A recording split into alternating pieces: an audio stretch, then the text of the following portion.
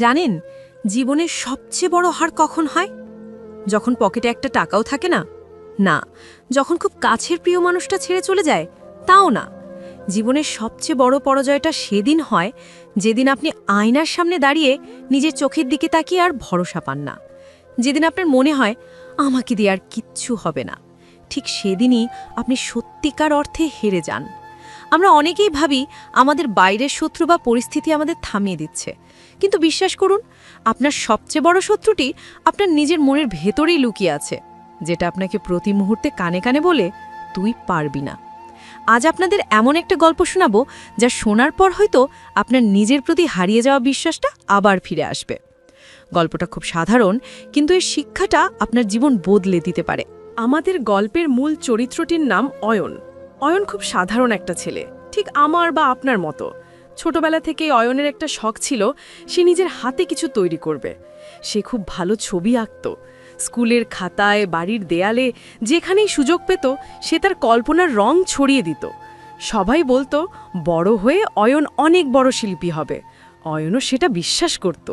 তার চোখের তারা একটা স্বপ্ন ছিল, একটা আগুন ছিল। কিন্তু সমস্যাটা শুরু হলো যখন সে একটু বড় হলো। আপনারা তো জানেনই আমাদের সমাজটা কেমন। এখানে স্বপ্ন দেখার চেয়ে স্বপ্নের গ্যারান্টি খোঁজাটা বেশি জরুরি। অয়ন যখন কলেজে উঠল তখন তার আত্মীয় স্বজন, পাড়াপ্রড়শি সবাই তাকে বোঝাতে শুরু করলো। কেউ বলল ছবি আঁকে কি আর পেট চলে। কেউ বলল ওসব বাদ দে, একটা সরকারি চাকরির প্রস্তুতি নে, ওটাই জীবনে সফল হবার একমাত্র উপায়। লক্ষ্য করেছেন এই কথাটা আমরা কতবার শুনেছি?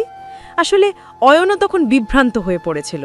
সে ভাবল সবাই যখন বলছে তখন হয়তো ওরাই ঠিক, আমি হয়তো ভুল পথে হাঁটছি।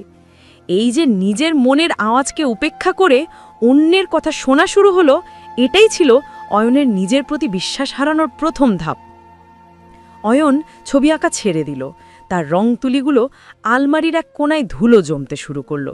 সে দিন রাত পড়াশোনা শুরু করলো এমন একটা বিষয়ের উপর যেটা তার কোনোদিন ভালোই লাগতো না।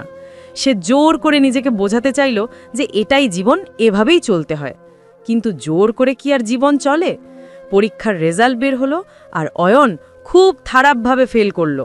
যে ছেলেটা কোনোদিন হার মানতে শেখেনি সে আজ একটা কাগজের টুকরো দেখে নিজেকে ব্যর্থ ভাবতে শুরু করলো।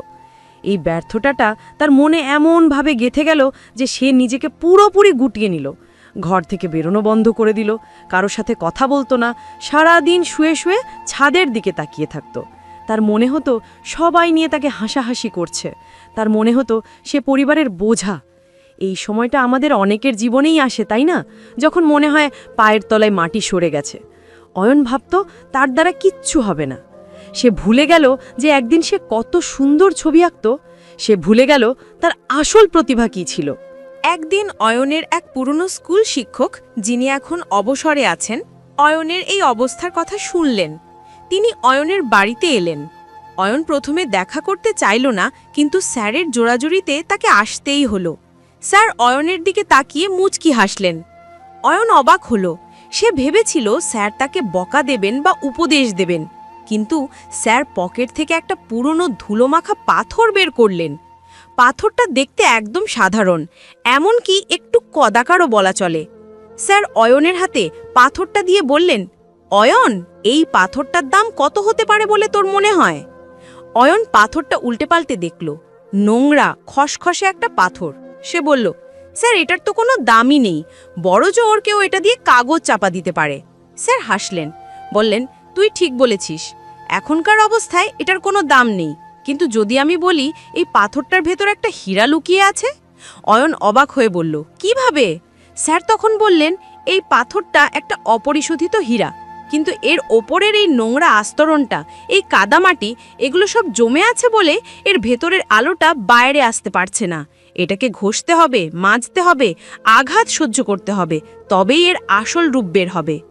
তারপর স্যার অয়নের চোখের দিকে তাকিয়ে খুব শান্ত গলায় বললেন, অয়ন, তুইও এখন ঠিক এই পাথরটার মতো।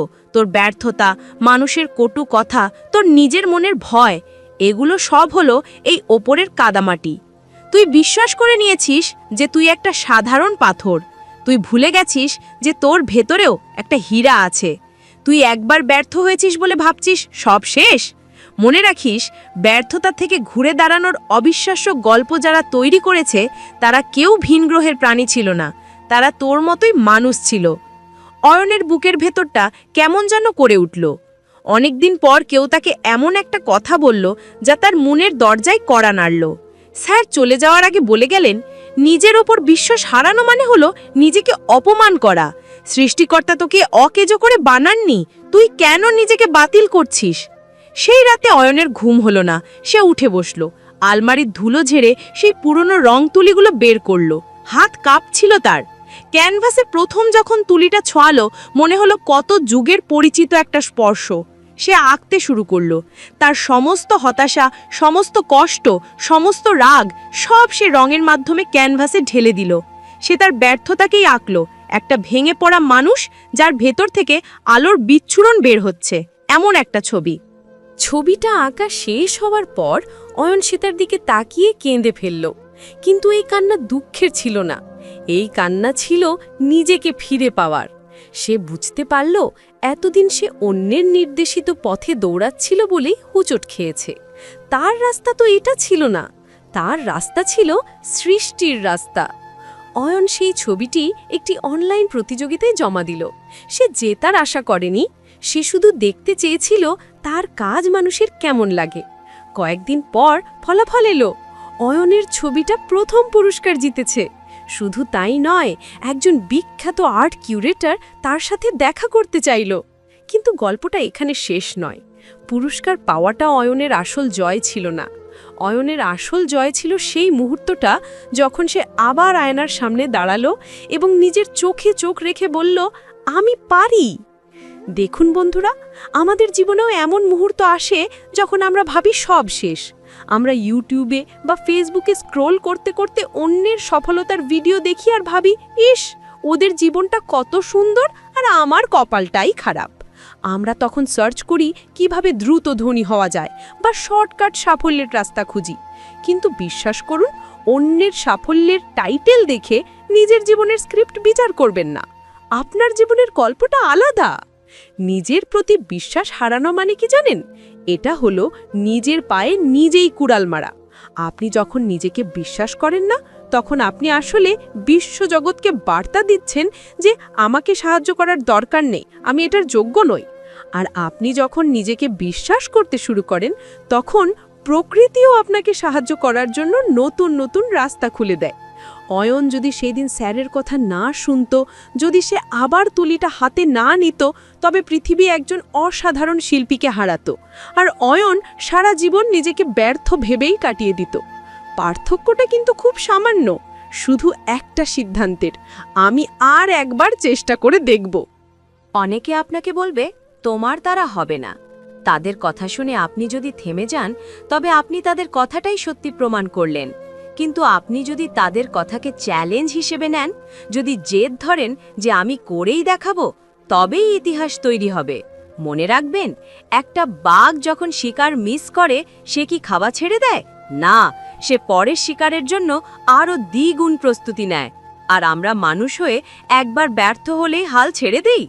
নিজের প্রতি বিশ্বাস রাখার মানে এই নয় যে আপনি কখনো ব্যর্থ হবেন না। বিশ্বাস রাখার মানে হলো আপনি জানেন যে আপনি পড়ে গেলেও আবার উঠে দাঁড়াতে পারবেন। অন্ধকার যত গভীর হয়, ভোরের আলো ফোটার সময় তত কাছে আসে।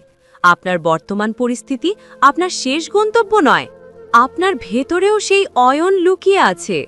হয়তো কোনো ব্যর্থতার কারণে, হয়তো কারো অবহেলার কারণে সে এখন চুপ করে আছে। তাকে জাগান, ধুলো ঝেড়ে ফেলুন, নিজের শক্তির জায়গাটা খুঁজে বের করুন। হতে পারে আপনি ভালো লিখতে পারেন, হতে পারে আপনি ভালো কথা বলতে পারেন, কিংবা হয়তো আপনি খুব ভালো রান্না করতে পারেন। যেটা পারেন সেটাকেই আঁকড়ে ধরুন, ওটাই আপনার হীরা। উপরের কাদামাটি পরিষ্কার করার দায়িত্ব আপনার। ভিডিওটা শেষ করার আগে একটা কথা বলি, নিজেকে কখনো সস্তা ভাববেন না। আপনি অমূল্য। আপনার শ্বাস প্রশ্বাস, আপনার চিন্তা, আপনার স্বপ্ন, সবকিছুর একটা উদ্দেশ্য আছে। আজ, এখন, এই মুহূর্ত থেকে নিজেকে নতুন করে বিশ্বাস করা শুরু করুন। আয়নার সামনে দাঁড়িয়ে একবার বলুন, আমি আছি, আমি থাকব এবং আমি জিতব। যদি এই গল্পটা আপনার মনের আকাশ থেকে একটু হলেও মেঘ সরাতে সাহায্য করে থাকে, যদি অয়নের গল্পে আপনি নিজের ছায়া খুঁজে পান, তবে আমি সার্থক। এই যাত্রাটা একা করা কঠিন, কিন্তু আমরা সবাই মিলে একে অপরের হাত ধরলে পথটা অনেক সহজ হয়ে যায়।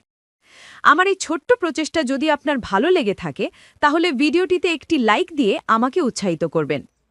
আর এমন আরও অনেক জীবনের গল্প যা আপনার হৃদয়ে সাহস যোগাবে, তা শুনতে আমাদের চ্যানেলটি সাবস্ক্রাইব করে আমাদের পরিবারের একজন হয়ে যান। পাশে থাকা বেল আইকনটি বাজিয়ে দিন, যাতে আমাদের পরবর্তী গল্পের ডাক সরাসরি আপনার কাছে পৌঁছে যায়। ভালো থাকবেন, নিজের ওপর বিশ্বাস রাখবেন। দেখা হচ্ছে পরের ভিডিওতে।